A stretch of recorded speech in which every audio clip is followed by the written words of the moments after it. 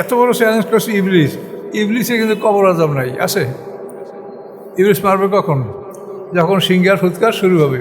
তাহলে ইবলিসেরও কবর আযাব নাই। তাহলে কবর আযাব এটা একটা শাস্তি না, এটা যদি শাস্তি হয় এটা সকলের জন্য হবে, সকল অপরাধীর জন্য এটা হবে। কাজে এটা ইবলিসের জন্য কবর আযাব নাই। ফেরাউন দেন মিশরে জাদুঘরে এর হাড্ডিগুডি পরীক্ষা করে দেন, হাড্ডিগুডি সব ঠিক আছে, পাথর ভাঙে নাই। এরকম যত মানুষ কবর যাদের হয় নাই, নূহ আলাইহিস সালাম ফেরাউনে যারা মারা গেছে তাদের কবর আছে। তারপর ফেরাউনের যে সম্প্রদায়, তারপর ইব্রাহিম আলাইহিস সালামের সম্প্রদায়, তাসাম আসাবে আইকা কওমে তুব্বা, এইসব যারা ধ্বংস হয়েছে তাদের কবরের কোনো খবর নাই। কাজেই কবর আযাব এটা শাস্তি না, এবং কবর আযাব হইলে এটা একটা ন্যায় বিচার হবে না। কারণ আদম আলাইহিস সালাম থেকে ওই জমানে যারা মারা গেছে আদম আলাইহিস সালামের সময়, আদম আলাইহিস সালাম হচ্ছে হাবিল কাবিল, কাবিল সে কাফের অবস্থায় মারা গেছে। এখন ওই কাবিলের যদি কবর আযাব হয় তাহলে ওই আদম আলাইহিস সালাম তার 10,000 বছর পরে কিয়ামত হইল, এই 10,000 বছরের কবর আযাব ভোগ করলো। 10,000 বছর কবর আযাব ভোগ করার পরে যখন সে বিচারে যাবে তখন এই 10,000 বছর তার বিচার কমাই দেওয়া লাগবে না? এই 10,000 বছর সে খাটলো কেন? সে যে অপরাধী, কিয়ামতের দিন মানে পৃথিবীতে অন্তত 800 কোটি বা 1000 কোটি মানুষ থাকবে, তাদের তো কারো কবর হবে না, তাদের তো কবর আযাব সব কমিট হয়ে গেল। তাহলে এখন এই যারা আগে বললো তাদের কবর আযাব হবে, এইটার সম্বন্ধে কী হবে তাহলে? এটা কি আল্লাহ বলছে যে আমি বিচারে পরে এত বছর তাদের আবার কমাই দেবো শাস্তি? এরকম কোনো বলা আছে কোরআন হাদিসে কোথাও? আমাদের দেশে জেলখানায় তো এটা আইন আছে যে যদি আসামি আগে হাজত খাইতে থাকে তা যে সাজায় হাজত থেকে ওইটা বাদ দিয়ে দেয়, এত বছর সে হাজত আগে খাটছে। কাজেই আদম আলাইহিস সালামের জমানায় যারা মারা গেছে সেই হতে আজ 10,000 বছর পর্যন্ত মানুষের কবর আযাব হতে থাকবে, এটা ঠিক না। কাজেই কবর আযাবের বিষয়টা সত্য না, এটা সব দিক দিয়ে আপনারা বিবেচনা করে দেখেন, কোনো দিক দিয়ে আপনি এটা বিবেকের সাথে মিলাতে পারবেন না। আর আল্লাহ তাআলা মানুষের জন্য যা কিছু বলার সবই কোরআনে বলছে, কোরআনে একবারও কবর আযাবের কথা আল্লাহ বলেন নাই। এটা বলতা কোরআনে আল্লাহ বলেন নাই। মুনকার নাকির এই নাম এর এমনভাবে মুখস্থ হয়েছে আমাদের যে আমরা বলতে পারি না, কিন্তু এটা আমাদের শুনতে শুনতে অভ্যাস হয়ে গেছে, কিন্তু আসলে এটা সত্য না। এটা হলে আল্লাহর আয়াত বিগড়িয়ে যাচ্ছে। আমার তা নাসনাতাইনে 2বার মরণ 2বার জীবন, এটা 3বার হয়ে যাচ্ছে যদি কবরে আমাকে জীবিত করা হয়। এগুলো দেখেন, এই কোরআন থেকেই দেখেন যে শয়তান এই কবর আযাবের শাস্তি থেকে মুক্তি পাইল। আর কিয়ামতের সময় পৃথিবীতে এখন যে মানুষ আছে 800 কোটি, তার সেটা আরও 200 কোটি বেশি থাকবে। এই আজ 1000 কোটি মানুষের জন্য তো কবর আযাব নাই। তাহলে কবর আযাব যদি আল্লাহর শাস্তি হয়, তো এরা অবিশ্বাস করছে, ওরা অবিশ্বাস করছে, এক আযাব হইল এক হইল না, তাহলে এরা আযাব বেশি কাটলো না? কাজে এটা কোনোভাবেই যুক্তিসঙ্গত না। কি কথা বলতে পারছেন নাকি? আচ্ছা, সাইন্নাকা রাজিম অন্য আলাইকা লানাতে ইয়াউমিদ্দিন কলা রব্বি, ইবলিস বলল, আমার রব পানজেনি লা ইয়াউমি বাসুন, অবকাশ দেন আমাকে পুনরুত্থান দিবস পর্যন্ত, পুনরুত্থান দিবস পর্যন্ত আমাকে অবকাশ দেন। তাহলে আর তার মৃত্যুর যাত্রাটা তার সহ্য করার আগে না, ও চাইছিল সেইটা, কিন্তু আল্লাহ সেটা মঞ্জুর করেন নাই। কলা ফাইন্নাকা মিনাল মুনজারিন, আল্লাহ বলেন হ্যাঁ তুমি তোমাকে মুনজারিন, তোমাকে অবকাশ দেওয়া হলো। এরা ইয়াউমিল ওয়াক্তিল মালুম, একটা নির্দিষ্ট দিনের একটা সময় পর্যন্ত, নির্দিষ্ট দিনের একটা সময় পর্যন্ত তোমাকে অবকাশ দেওয়া হলো। অর্থাৎ ইসরাফিলের সিংহার ফুৎকার যেদিন শুরু হবে সেই দিন তোমার মৃত্যু শুরু হবে। আর সিংহার ফুৎকার 40 বছর চলতে থাকবে, ওই 40 বছর বয়সেই ওর প্রাণ বাইর হবে। এই সময় সে ভীষণ কষ্ট পাবে। যারা কাফের তারা মৃত্যুর সময় কষ্ট পাবে, এটা তো আছেই। তাদের যান কস করে নাজিয়াত গ্রুপের ফেরেশতা, নাজিয়াতের গারকা নাজিয়াত, তারপর তাদেরকে ফেরেশতারা মারবে। অল মালাইকাতু ইয়াদরিবুনা উজুহাহুম আদবারহুম, এটা আছে না কোরআনে? ফেরেশতারা মারবে, পিটাবে, যান কবজ করার সময় প্রাণ টানিয়ে আনবে, আবার ছেড়ে দেবে, এই কষ্ট দেবে, এগুলি হবে। কিন্তু এগুলি চিরস্থায়ী কোনো আযাব না। মৃত্যুর সময় তাদেরকে শাস্তিটা দিয়ে তাদেরকে সিজিন কারাগারে রাখিয়ে দেওয়া হবে, কিন্তু তাদেরকে শাস্তি দেওয়া হবে না। শাস্তি হবে বিচারের পর।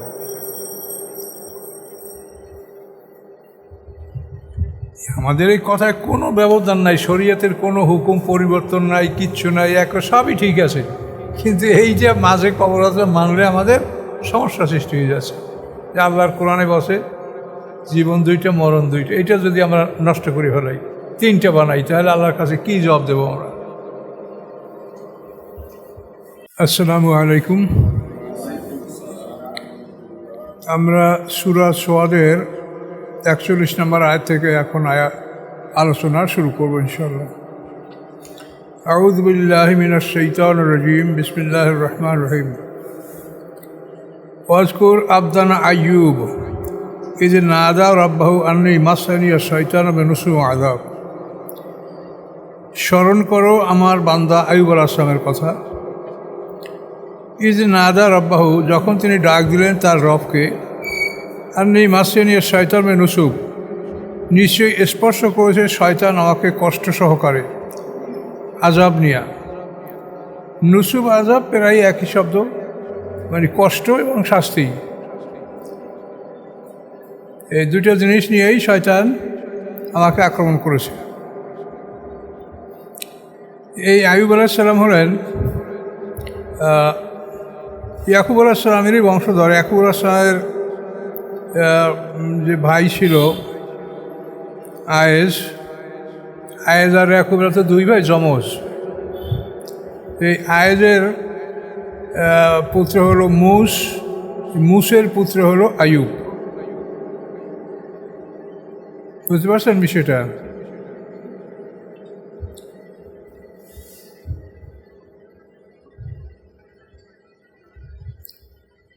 ইয়াকুব আলাইহিস সালাম তো হলো এরা দুই ভাই যমজ, আয়েজ এবং ইয়াকুব। আয়েজ বড়, ইয়াকুব ছোট। এই আয়েজের পুত্র মুসের পুত্র হলো আইয়ুব আলাইহিস সালাম। তো আইয়ুব আলাইহিস সালাম আল্লাহকে অভিযোগ করলেন যে আমাকে শয়তান আমাকে শাস্তি এবং কষ্ট, মানে মানসিক কষ্টও দিচ্ছে এবং শাস্তি দিচ্ছে শারীরিক, এই দুটাই শয়তানের পক্ষ থেকে আমাকে স্পর্শ করেছে। তাহলে বিপদ আপদ মুসিবত অনেক সময় শয়তানের পক্ষ থেকেও আসতে পারে, এটা বোঝা যায়। কিন্তু হয় আল্লাহর হুকুমে, কিন্তু তারপরও সেখানে শয়তানেরও কিছুটা কারসাজি থাকে। তো আল্লাহর কাছে যখন আইয়ুব আলাইহিস সালাম এরকম দোয়া করলেন যে শয়তানের পক্ষ থেকে আমাকে কষ্ট এবং শাস্তি আমাকে স্পর্শ করেছে, তো আল্লাহ তার জবাব দিলেন, উরকুদ বিরিজলিকা, তুমি আঘাত করো তোমার পা দ্বারা মাটিতে আঘাত করো। হাজা মুগতাসিলুন বারদুন ওয়া শরাব, এই গোসলের জায়গা ঠান্ডা এবং পানীয়। মানে তুমি এখানে তাফসীরে যেটা বলা আছে যে প্রথমে ইউনূস আলাইহিস সালামকে আল্লাহ তাআলা পায়ের আঘাত করতে বলেছেন। পায়ের আঘাতে গরম পানির চশমা, গরম পানির কূপ বের হয়ে আসছিল, সেই গরম পানি দিয়ে উনি গোসল করেছেন। এরপরে ওনাকে আরও কিছু দূর আগাইয়া, কোনো তাফসীরে 40 কদম আগাইয়া আবার ওনাকে পায়ে আঘাত করতে বলছেন। এবার দ্বিতীয় আঘাতে ঠান্ডা পানির ঝর্ণা প্রবাহিত হলো। এই ঠান্ডা পানি প্রবাহিত হওয়ার পরে, এই পানি পান করার পরে ওনার দেহের ভিতরের রোগ ভালো হয়ে গেল। গরম পানি দিয়ে গোসল করার কারণে উপরের যে ব্যাধি ছিল, ক্ষত, কুষ্ঠরোগ ছিল তার, এটা ভালো হয়ে গেল এবং ভিতরের রোগ ভালো হয়ে গেল ঠান্ডা পানি পান করার কারণে। এই চিকিৎসা আল্লাহ দিলেন। ওয়াহাবনা লাহু আহলাহু ওয়া মিসলাহুম মাহুম, দান করলাম আমি তাকে তার আহাল, তার পরিবার পরিজন যা ধ্বংস হয়ে গেছিল, আমি তাকে দান করলাম। অমিসলাহুম মাহুম, এবং আরও তার সমপরিমাণ সন্তান স্ত্রী তাকে আমি দান করলাম পৃথিবীতে। রহমাতাম মিন্না, আমার পক্ষ থেকে রহমত, যিকরা লিউলিল আলবাব, এবং উপদেশ জ্ঞানীদের জন্য। তো এখানে ঘটনাটা ঘটছিল, রহিমা বিবি ছাড়া আর সব স্ত্রী ছেলে পেলে তার সবই মারা গেছিল। এই রহিমা বিবি তার জন্য কাজ করে মানুষের বাড়িতে আয়া হিসেবে কাজ করে তার থেকে যা পাইতেন যা খাদ্য সংগ্রহ করে নিয়ে আসতেন। তো কিছুদিন পরে এরকম অবস্থা হলো যে মানুষরা জানতে পারলো যে ওনার স্বামী এরকম কুষ্ঠরোগী। তখন মানুষরা তাকে আর কাজে নিচ্ছে না, যে এই মহিলা এর সোয়াশরোগ, আমরা আক্রান্ত হব ইত্যাদি। তখন আইয়ুব আলাইহিসসালামের স্ত্রী রহমাতা বিনতে আফরাসিম, এই রহিমা বিবি হলো ইউসুফ আলাইহিসসালামের দুই ছেলে ছিল, আফরাসিম এবং মিশা। আফরাসিম এবং মিশা, এই আফরাসিমের কন্যা হল রহিমা, রহমাতা বিনতে আফরাসিম বিন ইউসুফ আলাইহিস সালাম, একই বংশের। তো তাহলে উনি কী করবে শেষ পর্যন্ত, খাদ্য কীভাবে জোগাবে? তখন ওই মাথার চুলের যে বেনানি আছে না, চুল বেনি বাঁধে মহিলারা, বেনানি, ওই একটা কেটে খাদ্য সংগ্রহ করে আনছেন। তারপরে আবার পরের দিন আর একটা কেটে বিক্রি করে তার দ্বারা খাদ্য সংগ্রহ করে নিয়ে আসেন।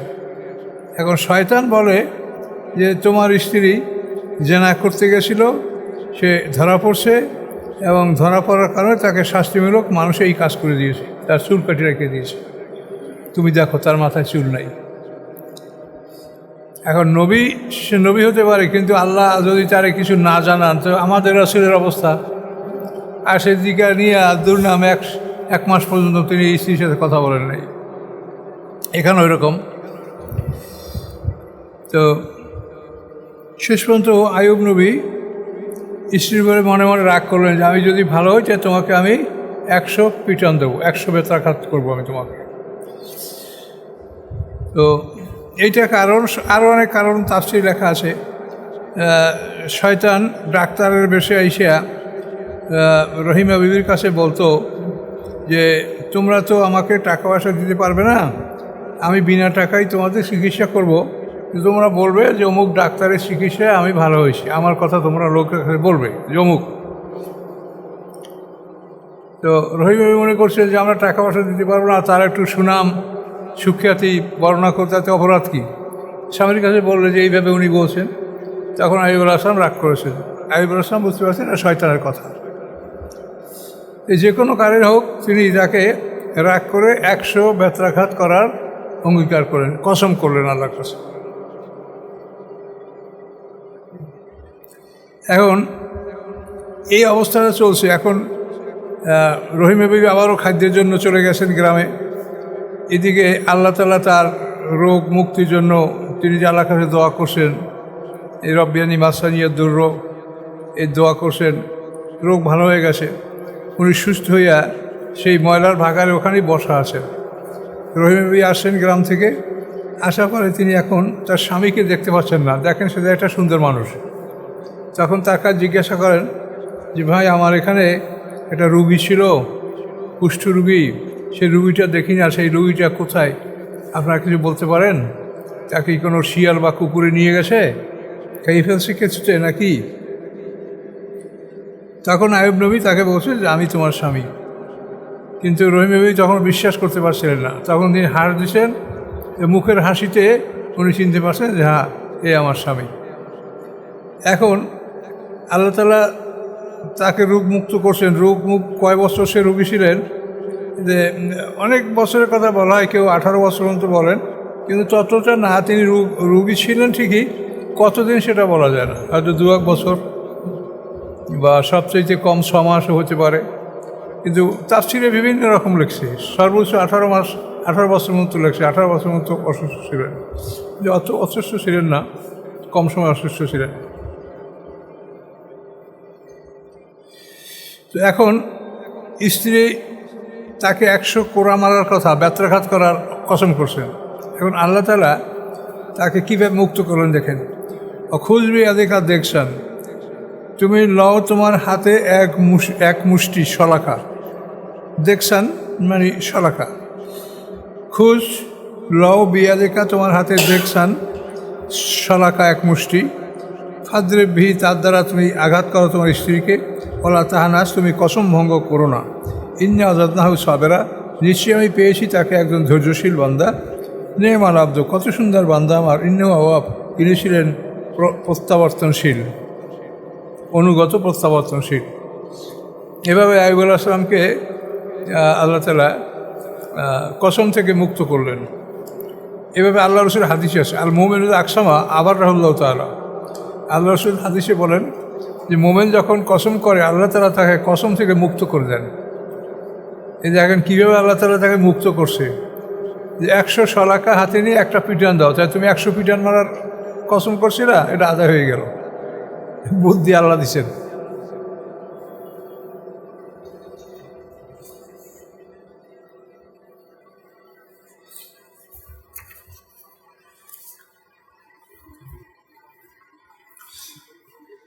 ওয়াজকুর ইবাদানা ইব্রাহিম, স্মরণ করো আমার বান্দা ইব্রাহিম আলাইহিস সালামকে, ও ইসহাক আলাইহিস সালামকে, উলিল আইদি ওয়াল আবসার, যারা ছিল শক্তির মালিক এবং যারা ছিল বিচক্ষণ। হ্যাঁ রয়ে গেছে।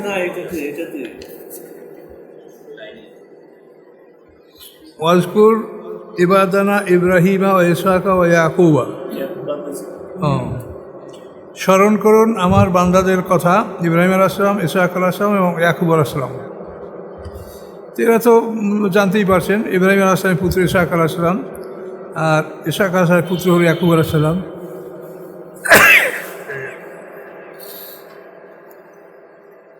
উলিল আইদি মানে ক্ষমতার মালিক, শক্তির মালিক, অল আবসার এবং জ্ঞানী। তারা শক্তির মালিক ছিলেন এবং জ্ঞানীও ছিলেন, দুটাই তাদের মধ্যে ছিল। আমাদের সমাজে অনেক সময় মানুষ শক্তির মালিক হয় কিন্তু জ্ঞানী হয় না, এই জন্য সমাজে সমস্যার সৃষ্টি হয়।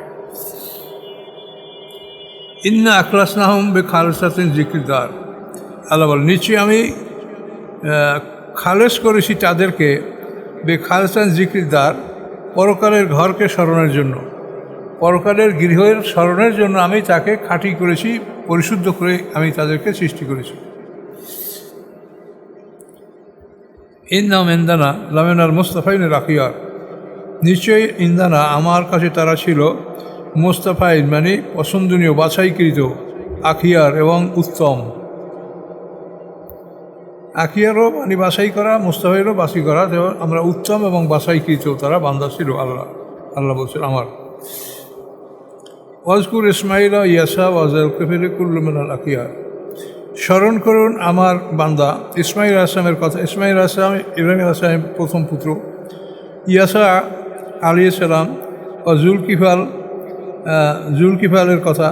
কুল্লু মিনাল আখিয়ার, সবাই ছিল উত্তমদের মধ্যে। ইসমাইল আসলাম, ইয়াসা আসলাম, জুলকিফাল হলো দায়িত্বপ্রাপ্ত, যাকে দায়িত্ব দেওয়া হয়। এই যে ইয়াসা আছে না, ঈশা না কিন্তু ইয়াসা, দেখেন এই ইয়াসা যাকে দায়িত্ব দিয়েছেন সে ছিল জুলকিফাল। তো এনার সম্বন্ধে তাফসীরে বলা আছে, ইয়াসা আলাইহিস সালাম তার উম্মতদেরকে বলেন যে আমার তো সময় হয়তো বেশি নাই, আমি আমার এই দায়িত্ব দিতে চাই একজনকে, তোমরা কে দায়িত্ব নেবে? তখন একটা লোক দাঁড়ালো যে আমি দায়িত্ব নেব। যে তুমি কি এটা পারবে?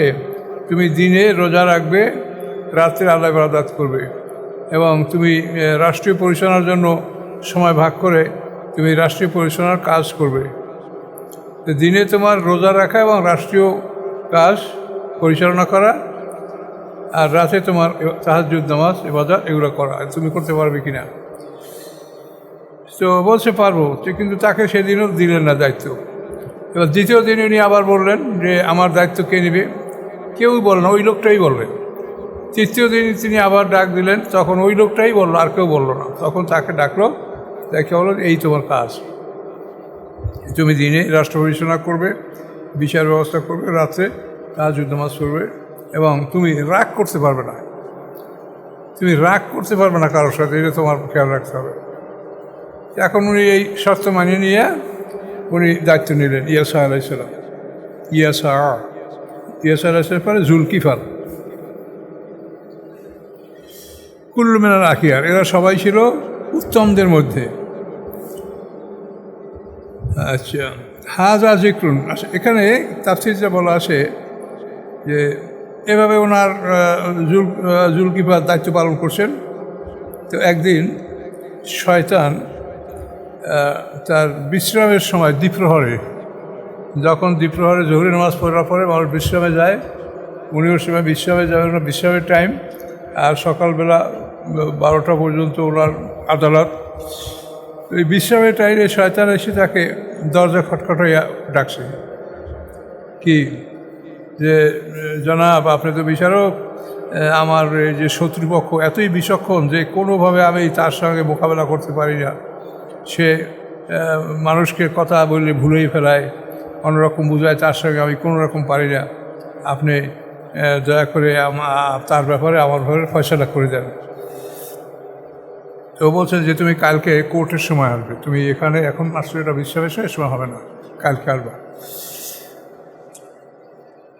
আচ্ছা, তো পরের দিন আইসা আবার ওই একই কথা, ওই অসময় আসে, তাকে আসতে হয়েছে কোর্টের সময়, কোর্টের চলে যে সময় বিচার চলে সেই সময়, কিন্তু আসে ও বিশ্রামের সময়। আসে আবার যে ওই একই অনুরোধ যে হুজুর আমার সাথী সে এতই বিচক্ষণ, এতই দুর্ধর্ষ যে তার সাথে আমি কোনো রকম বুদ্ধিতে পারি না, আপনি আমার বিচার করেন। তোমাকে বললাম যথাসময় আসবে।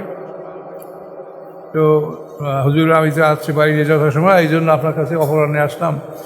এই তো ঠিক আছে, তুমি এরপরে আসবা, এই সময় আসবে না। তো এই তৃতীয় দিনে উনি বাড়ির লোকজনকে বললেন যে তোমরা দরজা বন্ধ করে দেবা, যেন দিনে আমার বিশ্রামের সময় আমার ঘুম থেকেও না জাগায়। এভাবে দরজা বন্ধ করে দেওয়া হলো। তৃতীয় দিন শয়তান জানালার ফাঁক দিয়ে ঘরে ঢুকছে, ঢুকে আবার তাকে ডাকছে, ডাকাবার কিরে তুই কোথায় দিয়ে ঢুকলি, কে তুই, আমার দরজা বন্ধ করা, তুই শয়তান? তাকে হ্যাঁ স্বীকার করে, আমি শয়তান ঠিকই। আমি আপনার যে ওয়াদা ছিল যে আপনি রাগ করতে পারবেন না, আপনি রাগ করেন কি না, আপনাকে রাগ করার জন্য আমি এই চেষ্টা করেছি, আমি ব্যর্থ হয়েছি, আমি শয়তান, আমি ব্যর্থ হয়ে আপনার কাছ থেকে বিদায় নিলাম। এবার তাফসিরে বলা আছে যে জুলকিফার হাজা জেক্রুন, ইহা হচ্ছে উপদেশ, ওয়াইনারের মুত্তাকিন হাউস মাপ, নিশ্চয়ই মুত্তাকিনদের জন্য রয়েছে উত্তম ঠিকানা। উত্তম ঠিকানা কি? জান্নাত ও আদেন, চিরস্থায়ী জান্নাত। মুফাত্তাহ লাহুল আবাব, যার দরজাগুলি থাকবে উন্মুক্ত। জান্নাতের দরজাগুলি খোলা থাকবে যাতে জান্নাতবাসীরা ইচ্ছেমতো চলতে পারে বা আসতে যেতে পারে, এবং তাদের পাহারাদার থাকবেই, ফেরেশতা পাহারাদার থাকবে, তারপরে গিলমান যারা এরা থাকবে, এই জন্য তাদের জন্য দরজা উন্মুক্ত থাকবে।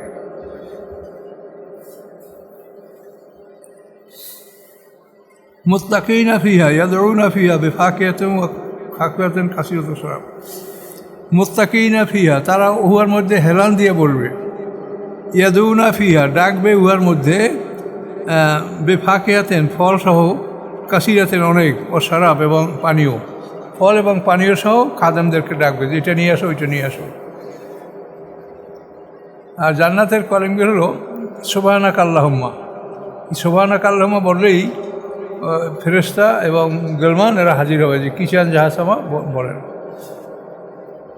সুবহানাকা আল্লাহুম্মা, দাওয়াহুম ফিহা সুবহানাকা আল্লাহুম্মা, কোরআন দাওয়াহুম ফিহা সুবহানাকা আল্লাহুম্মা। এই সুবহানাকা আল্লাহুম্মা জান্নাতবাসীদের আহ্বান, তাদের কল। ওয়াইন্দম কাসরাতুত তারফে আতরাব, এবং তাদের কাছে হবে কাসরাতুত তরফে, সীমিত দৃষ্টি নিক্ষেপকারী স্ত্রীগণ, আতরাব যারা সমবয়সী। কাসরাতুত তরফে মানে দৃষ্টি সংক্ষিপ্ত, তারা এদিক ওদিক তাকায় না, তারা নির্দিষ্ট স্থানে তাকায়, তারা স্বামী সোহাগিনী, তারা এইভাবে সংক্ষিপ্ত দৃষ্টিতে তাকায়, এবং তারা সমবয়সী, এরকম স্ত্রী তাদের জন্য রাখা হয়েছে। হাজা মাতু আদুর আল ইয়াউমুল হিসাব, ইহা উহাই মাতু আদুনা, যা তোমাদের সাথে প্রতিশ্রুতি দেওয়া হয়েছে, ইয়াউমুল হিসাব, হিসাবের দিনে। হিসাবের দিনে তোমাদের যা প্রতিশ্রুতি দেওয়া হয়েছে এগুলো হচ্ছে তাই। ইন্না হাজা রিজকুনা মা লাহু মিন নাফাদ, ইন্না হাজা রিজকুনা, এই হচ্ছে আমাদের জীবিকা। আল্লাহ বলছেন এই হচ্ছে আমাদের জীবিকা, মা লাহু মিন নাফাদ, যার কোনো সমাপ্তি নাই, যা কোনো দিন ফুরাবে না। হাজা ইহা, ওয়াইনালের তগিন আর সাররা মাপ, এবং যারা বিদ্রোহী, তগিন সার্কাস বিদ্রোহী, লাসাররা মাপ, তাদের জন্য অত্যন্ত নিকৃষ্ট স্থান তাদের জন্য রয়েছে। কী স্থান নিকৃষ্ট? জাহান্নাম। তাদের স্থানটা হলো জাহান্নাম। ইয়াস্তাও না, উহাতে তারা প্রবেশ করবে।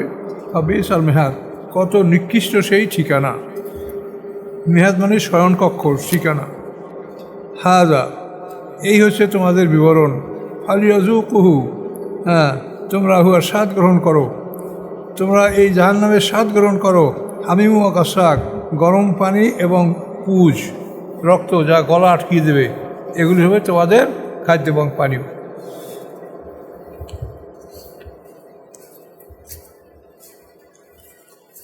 ও আখারু মিন শিকলি আজওয়াজ, এবং অন্যান্য শাস্তি এর মতো। শিকলি মানে এই শিকেলে, এই নমুনায়। আজওয়াজ মানে জোড়া, মানে এই শাস্তির অনুরূপ আরও শাস্তি তাদেরকে দেওয়া হবে।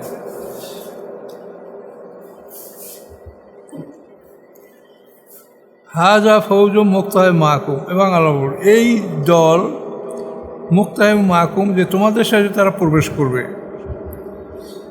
লা মারহাবামবিহিম, তাদের কোনো মারহাবা নাই, তাদের কোনো অভিবাদন নাই, তাদেরকে কোনো সম্বোধন করা হবে না। এর নাম সরুন্না, তারা দোজকে ঢুকবে। মানে এরা পরবর্তীরা, যারা আগে ঢুকিয়ে তারা তো আসে, পরবর্তীদের সম্পর্কে এটা বলা হচ্ছে। কালু, তারা বলবে, বাল আনতুম, বরং তোমরাই তো, লা মারহাবাম বিকুম, তোমাদের উপরে কোনো অভিনন্দন নাই, তোমাদের কোনো অভিনন্দন জানানো হবে না। আনতুম কদ্দামতুমুলানা হাজা ফাবেসাল করার, আনতুম কদ্দামতুমুলানা, তোমরা আমাদের জন্য ইয়া অগ্রে প্রেরণ করেছো। সিনিয়র যারা, তাদেরকে এই জুনিয়ররা বলবে যে তোমরা আমাদের জন্য এটা আগে প্রেরণ করেছো। ফাবেসাল করার, কত নিকৃষ্ট এই ঠিকানা। এ নিয়ে দুই দলে ঝগড়া করবে। যারা সিনিয়র তাদেরকে জুনিয়ররা এভাবে অভিসম্পাদ করবে। কল রব্বানা, তারা বলবে, রব্বানা, হ্যাঁ আমাদের রব, মান কদ্দামালানা হাজা, যে আগে করেছে আমাদের জন্য ইহা, যে আমাদের জন্য আগে এইগুলি প্রস্তুত করে রেখেছে যারা। ফাজেদু আজাবান জেফাম ইন্নার, আপনি জেধু বাড়িয়ে দেন, আজাবান শাস্তি, জেফান দ্বিগুণ, ফিন্নারে আগুনে, তাদেরকে আগুনের দ্বিগুণ শাস্তি বাড়িয়ে দেন। এভাবে পূর্ববর্তীদেরকে বলবে। কলু, তারা বলবে, মা লানা লা নারা, কী হয়েছে আমাদের যে আমরা দেখতে পাচ্ছি না রেজারান, ওই সমস্ত মানুষগুলি, কুন্নান আউদ্দমিন রাস্তার, যেগুলিকে আমরা খারাপ বলে ধারণা করতাম। এই যে নামাজি মানুষ, ইমানদার মানুষ, তাদেরকে খারাপ, এরা সবচাইতে নিকৃষ্ট মানুষ, অধম, এটা মনে করে। এখনও সমাজে এরকম লোক আছে। আল্লাহ বলেন, ওরা বলবে, মা লানা, কী হয়েছে আমাদের, না লা নারা, আমরা দেখতে পাচ্ছি না রেজারান, ওই সমস্ত পুরুষদেরকে, কুন্না নাউদ্দমিন আশা, যাদেরকে আমরা খারাপের মধ্যে গণ্য করতাম, যারা খারাপ,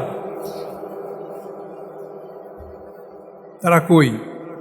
আত্মাকার দাম সিক্রিয়া, আমরা কি তাদেরকে ঠাট্টা করেছিলাম? তারা কি ঠাট্টার বস্তু? তারা হারিয়ে গেল কই? আম জাগা তানহুল আনসা আবসর, অথবা তাদের চক্ষু তাদেরকে উপেক্ষা করছে, চক্ষুগুলি তাদেরকে দেখতে পাচ্ছে না। আমরা কি তাদেরকে নিয়ে উপহাস করছিলাম? অথবা আমাদের চক্ষুগুলি তাদেরকে দেখতে পাচ্ছে না, তারা কই? তাদের একটা লোক তো জাহান্নামে দেখতে পাচ্ছি না আমাদের সাথে। ইন্না জালিকাল হকুন তাকাসুমুহালের নার, নিশ্চয়ই এ হচ্ছে সত্যবাণী যে তাকাসুমু, ঝগড়া করবে হালুনার, দোজকবাসীরা। দোজকবাসীরা এইগুলো ঝগড়া করবে, যাদেরকে খারাপ মনে করছিলাম, যাদেরকে তুচ্ছ মনে করছিলাম, তাদের একটা লোক তো দেখি না দোজকে, তারা কই? এভাবে দোজকবাসীরা ঝগড়া করবে। কুল ইন্নামানা মনজিরুন, আপনি বলুন, নিশ্চয়ই আমি ভয় প্রদর্শনকারী। ওমান ইলাহিন ইল্লাল্লাহ, নাই কোনো ইলাহ আল্লাহ ছাড়া। আল ওয়াহিদুল কাহার, যিনি এক এবং পরাক্রমশালী। রব্বুস সামাওয়াতি ওয়াল আরদ, তিনি আকাশসমূহের রব এবং পৃথিবীর রব। ওমা বাইনহুমা, এবং আকাশ পৃথিবীতে যা আছে তারও রব তিনি। আল আজিজুল গাফফার, যিনি অপ্রতিরোধ্য ক্ষমতার মালিক এবং ক্ষমাশীল। কুল হুয়া নাবাউন আযীম, বলুন হে রাসূল, ইহা নাবাউন আযীম, ইহা একটা বড় খবর। ইহা বড় খবর, অর্থাৎ কিয়ামতের খবর, এটা একটা বড় খবর। আনতুম আনহু মুরিদুন, তোমরা উহাতে মুখ ফিরিয়ে নিয়েছ, এ ব্যাপারে চিন্তা করছো না। মা কানা লি মিন ইলমিন বিল মালাইকা ইয ইয়াখতাসিমুন, আল্লাহ বলেন, আপনি বলুন, মাকান আলী নাই আমার জন্য মেনেরবেন কোনো জ্ঞান, বেল মালাইলা আলা উচ্চ পরিষদ সম্পর্কে। আল মালাইলা আলা উচ্চ পরিষদ মানে যেখানে আল্লাহ এবং ফেরেশতাদের কথা হয় সে জায়গা সম্পর্কে আমার কোনো জ্ঞান নাই। এজ ইয়াক্তাসিমুন, যখন তারা ঝগড়া করতেছিল। ঝগড়া কীরকম? আল্লাহ বলছে আমি আদম বানাবো, আর মানুষ ফেরেশতারা বলছে কেন বানাবেন, কী করবে, এটা ঝগড়া হয়েছে না? হ্যাঁ, সেইটা বলছে যে তারা ঝগড়া করতেছিল, তখন আমি সেখানে ছিলাম না। তাহলে আমি সেটা জানলাম কেমনে?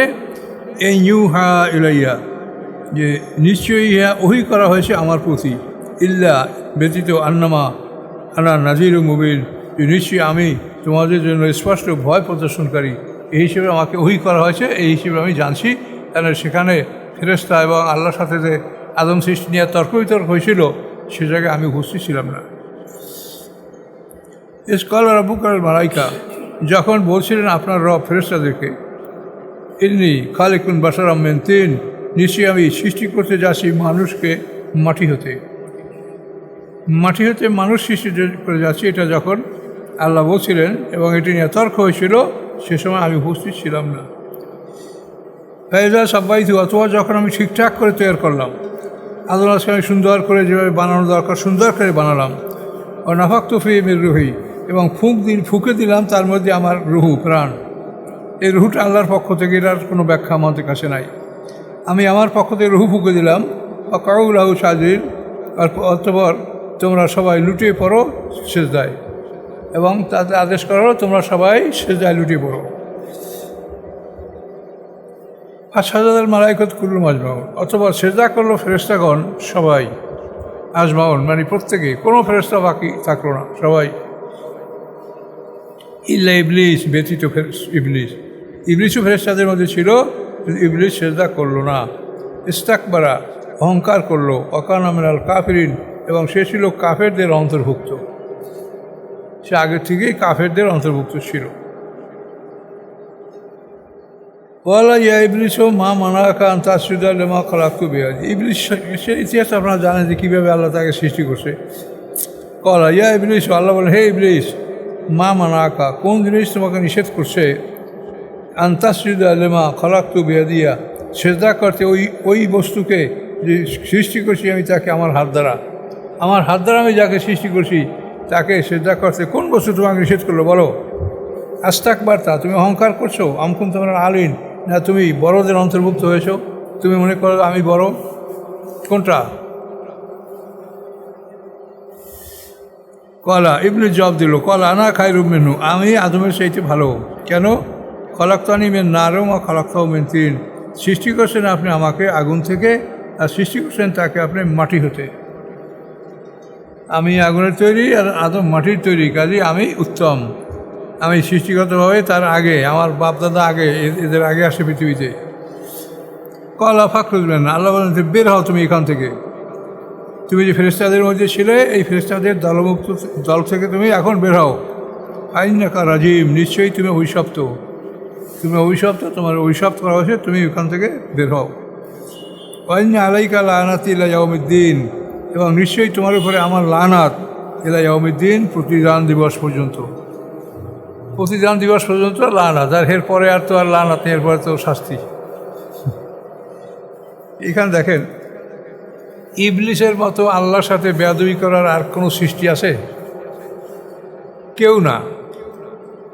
হ্যাঁ, ইবলিস কত বড় চ্যালেঞ্জ করি আল্লাহর সাথে কথা বলছে। হ্যাঁ, আর ওই জায়গা হাজাল্লাজি কাররাম তালাইয়া, আপনি কি মনে করছেন নাকি আমার উপর সম্মান দিয়েছেন? ইবলিসের কথা। আর ওই জায়গা হাজাল্লাজি কাররাম তালাইয়া লাক্ষারতানি ইলাইয়াউমিল কিয়ামাতে, যদি আমাকে কিয়ামত পর্যন্ত অবকাশ দেন, লাহাতানি কুন্না জরুরিয়াতে ইল্লা কালিলা, এই ধরনের আয়াত আছে যে আমি তাকে এবং তার সন্তানদেরকে সব আমি বিপদগামী করে নেব। তো এত বড় চ্যালেঞ্জ করছে ইবলিসে কিন্তু কবর আযাব নাই, আছে? ইবলিস মারবে কখন? যখন সিংহার ফুৎকার শুরু হবে। তাহলে ইবলিসেরও কবর আযাব নাই। তাহলে কবর আযাব এটা একটা শাস্তি না, এটা যদি শাস্তি হয় এটা সকলের জন্য হবে, সকল অপরাধীর জন্য এটা হবে। কাজে এটা ইবলিসের জন্য কবর আযাব নাই, ফেরাউন দেন মিশরে জাদুঘরে এর হাড্ডিগুডি পরীক্ষা করে দেন, হাড্ডিগুডি সব ঠিক আছে, পাথর ভাঙে নাই।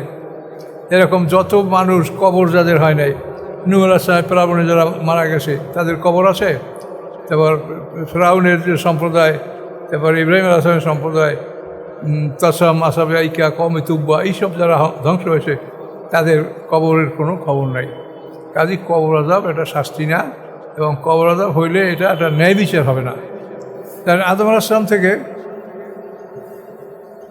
ওই জমানে যারা মারা গেছে আদম আলাইহিস সালামের সময়, আদম আলাইহিস সালাম হচ্ছে হাবিল কাবিল সে কাফের অবস্থায় মারা গেছে। এখন ওই কাবিলের যদি কবর আযাব হয় তাহলে ওই আদম আলাইহিস সালাম তার 10,000 বছর পরে কিয়ামত হইল, এই 10,000 বছরের কবর আযাব ভোগ করলো। এরা 10,000 বছর কবর আযাব ভোগ করার পরে যখন সে বিচারে যাবে তাহলে ওই 10,000 বছর তার বিচার কমাই দেওয়া লাগবে না? এই 10,000 বছর সে খাটলো কেন? সে যে অপরাধী, কিয়ামতের দিন মানে পৃথিবীতে অন্তত 800 কোটি বা 1000 কোটি মানুষ থাকবে, তাদের তো কারো কবর হবে না, তাদের তো কবর আযাব সব কমিট হয়ে গেল। তাহলে এখন এই যারা আগে বললো তাদের কবর আযাব হবে, এইটার সম্বন্ধে কী হবে তাহলে? এটা কি আল্লাহ বলছে যে আমি বিচারে পরে এত বছর তাদের আবার কমাই দেবো শাস্তি? এরকম কোনো বলা আছে কোরআন হাদিসে কোথাও? আমাদের দেশে জেলখানায় তো এটা আইন আছে যে যদি আসামি আগে হাজত খাটিয়ে থাকে, যে সাজায় হাজত থেকে ওটা বাদ দিয়ে দেয়, এত বছর সে হাজত আগে খাটছে। কাজেই আদম আলাইহিস সালামের জমানায় যারা মারা গেছে সেই হতে আজ 10,000 বছর পর্যন্ত মানুষের কবর আযাব হতে থাকবে, এটা ঠিক না।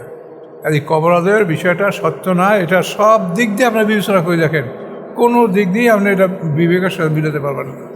আর আল্লাহ তাআলা মানুষের জন্য যা কিছু বলার সবই কোরআনে বলছে, কোরআনে একবারও কবর আযাবের কথা আল্লাহ বলেন নাই। এটা বলতা কোরআনে আল্লাহ বলেন নাই। মুনকার নেকির এই নাম এর এমনভাবে মুখস্থ হয়েছে আমাদের যে আমরা বলতে পারি না, কিন্তু এটা আমাদের শুনতে শুনতে অভ্যাস হয়ে গেছে, কিন্তু আসলে এটা সত্য না। এটা হলে আল্লাহর আয়াত বিগড়িয়ে যাচ্ছে। আমার তা নাসনা তাইনে 2বার মরণ 2বার জীবন, এটা 3বার হয়ে যাচ্ছে যদি কবরে আমাকে জীবিত করা হয়। এগুলো দেখেন, এই কোরআন থেকেই দেখেন যে শয়তান এই কবর আযাবের শাস্তি থেকে মুক্তি পাইল। আর কিয়ামতের সময় পৃথিবীতে এখন যে মানুষ আছে 800 কোটি, তার সেটা আরও 200 কোটি বেশি থাকবে।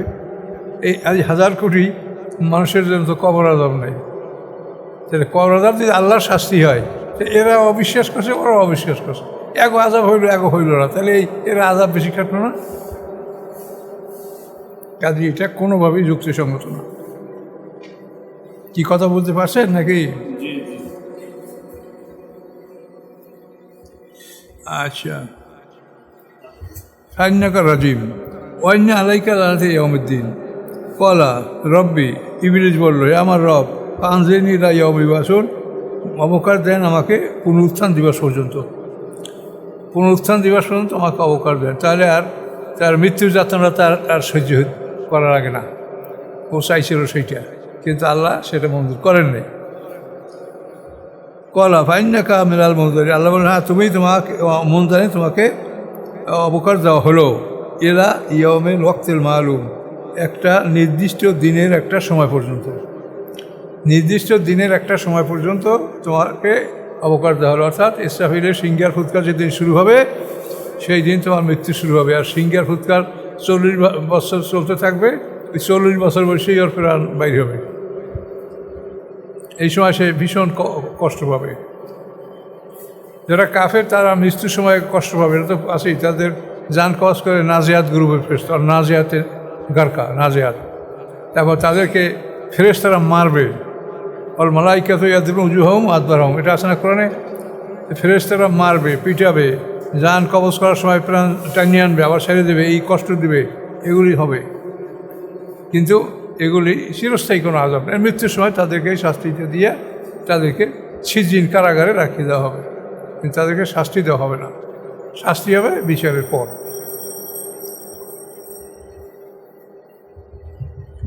আমাদের এই কথায় কোনো ব্যবধান নাই, শরীয়তের কোনো হুকুম পরিবর্তন নাই, কিচ্ছু নাই, সবই ঠিক আছে।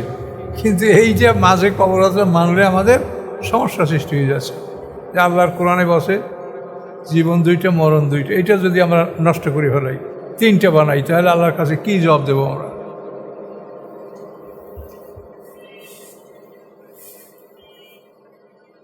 ইলা ইয়াউমিল ওয়াক্তিল মালুম, একটা দিন পর্যন্ত, একটা দিনের নির্দিষ্ট সময় পর্যন্ত তোমাকে সময় দেওয়া হলো। কলা ভাগের থেকে শয়তান বলল, আপনার ইজ্জতের কসম লাউকবিয়ার নামাজ, আমি তাদের সবাইকে গোমরা করব। এই সময় পাইয়া সে চিন্তা করলো কি আমি সবাইকে গোমরা করে ফেলবো। ইল্লে বাদা কামিনুল মুখলাসিন, আপনার মুখলেস বান্দারা ছাড়া, একনিষ্ঠ বান্দা যারা আপনার মুখলাস, যাদেরকে খাঁটি করে আপনি বানিয়েছেন, তাদেরকে পারবো না, ইদা ছাড়া সবাই। কলা আল্লাহ বললেন ফাল হক্ক, কলা আল্লাহ বললেন আল হক্ক, এই সত্য, আমার কোরআন সত্য, অল হাক্কা আকুল, কারণ আমি সত্য বলি। কোরআন সত্য এবং আমি সত্য বলি, আল্লাহ বলছেন। কী সত্য আল্লাহ বলেন? লামলান না জাহান্নামেন কম, মানে আমি পরিপূর্ণ করবো জাহান্নামকে তোমাকে দিয়া, তোমাকে এবং যারা তো অনুকরণ করে তাদেরকে দিয়া, মেনহুম, তাদের মধ্যে আজমাই সবাই, তাদের সবাইকে, তাদের সবাইয়ের মধ্যে হতে তোমার যারা অনুকরণ করে তাদেরকে নিয়ে এবং তোমাকে নিয়ে আমি জাহান্নামকে পরিপূর্ণ করব, এটা আল্লাহ বলছে। বাস, আল্লাহর কথা এখানে শেষ।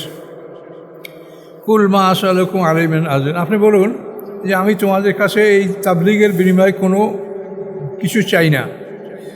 ওমা আনা মিনাল মুতাকাল্লিফিন, এবং আমি কোনো মুতাকাল্লিফিন না, মুতাকাল্লিফিন যে মিথ্যা বলে, যে রচনা করে কথা বলে, বানিয়ে বলে, আমি বানিয়ে কথা বলি না, মিথ্যা বলি না।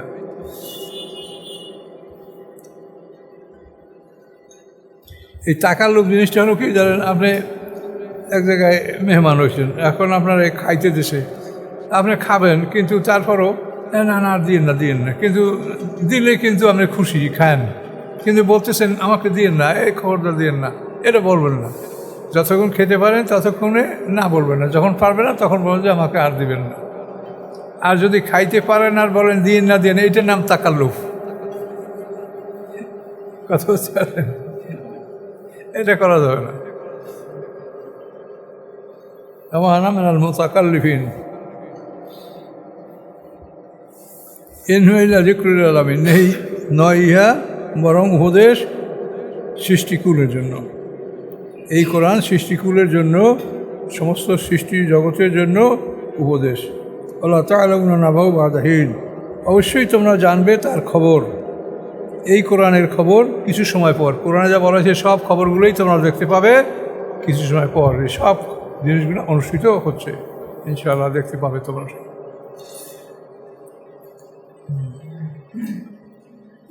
আর একটা জিনিস অনেক সময় আমরা এটা ভুল করি, সেটা হলো কি, এই কোনো কালের উপরে কোনো অভিশাপ করবেন না।